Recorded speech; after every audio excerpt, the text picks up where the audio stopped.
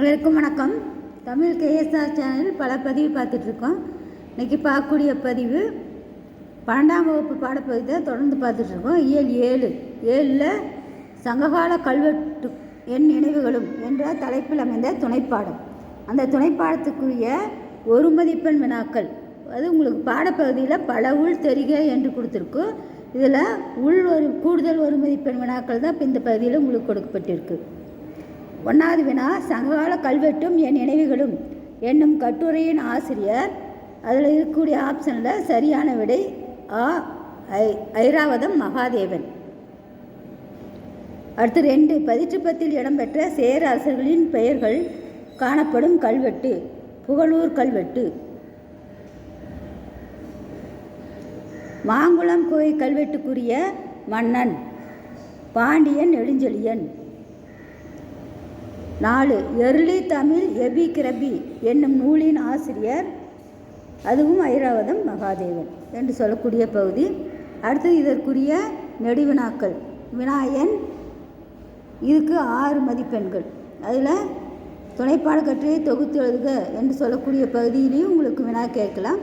இதில் வினா, சங்ககால வரலாற்றை அறிந்து கொள்ள புகழூர் கல்வெட்டு எவ்வகையில் துணை புரிகின்றன விளக்குக.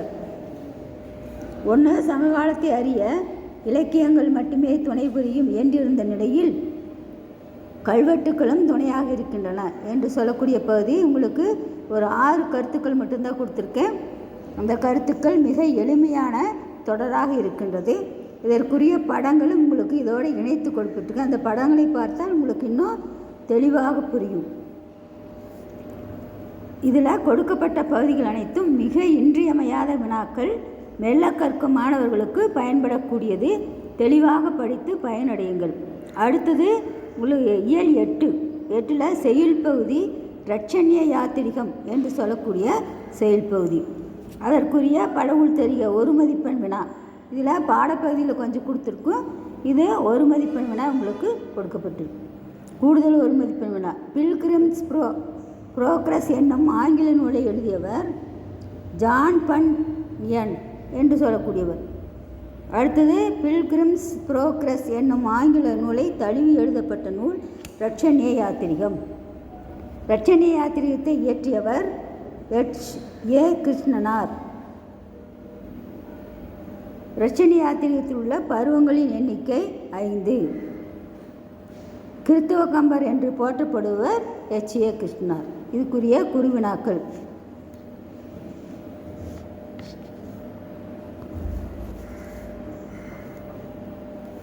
குருவினா, கிறித்துவ கம்பர் என்று போற்றப்படுவர் யார்? அதற்குரிய விடைகள்.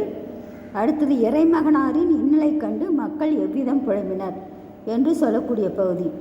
மக்கள் இத்தனை கொடுமைகளின் பிறகும் இவ்வுலகம் பிளந்து வெடிக்கவில்லையே என்று சொல்லி புலம்புகின்ற அந்த செய்தி தான் இதில் உங்களுக்கு கொடுக்கப்பட்டிருக்கு. இயல் 7 துணைப்பாட நெடுவினாவும் இயல் 8 இரட்சண்ய யாத்திரிகத்தினுடைய பகுதி. இரட்சண்ய யாத்திரிகத்தில் சிறுவினா விடை. இது உங்களுக்கு 4 மதிப்பெண்களுக்குரியது. அதில் ஒரு வினா மட்டும் கொடுத்துருக்கு. ஈசன் மகன் நின்றனர் ஓர் ஏழையென ஓர்மின் இடம் சுற்றி பொருள் விளக்குக. இவ்வடி இடம்பெற்றுள்ள நூல் இரட்சண்ய யாத்திரிகம். ஆசிரியர் H.A. கிருஷ்ணனார். இடம் சுற்றி பொருள் விளக்கம் அப்படின்னு சொன்னால் இடம் அந்த வரி எந்த செயலில் இடம்பெற்றிருக்குது என்பதை எழுதி, அது ஆசிரியரை எழுதலாம், இல்லை அந்த ஆசிரியர் பேர் எழுதி அதனுடைய பொருள் விளக்கத்தை எழுதி.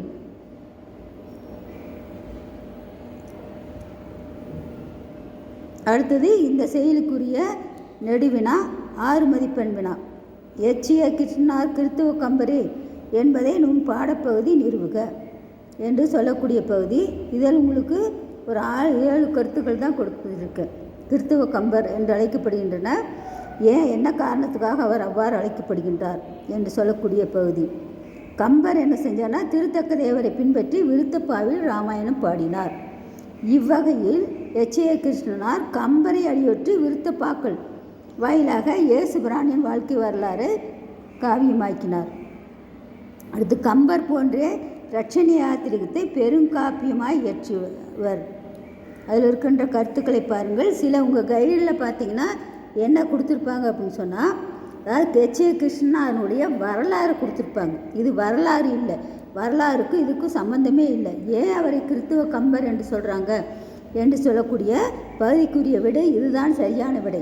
வேறு கைடில் உங்களுக்கு ஏதாவது அவருடைய வரலாறு கொடுத்துருந்தா அது தவறான விடையாகும்.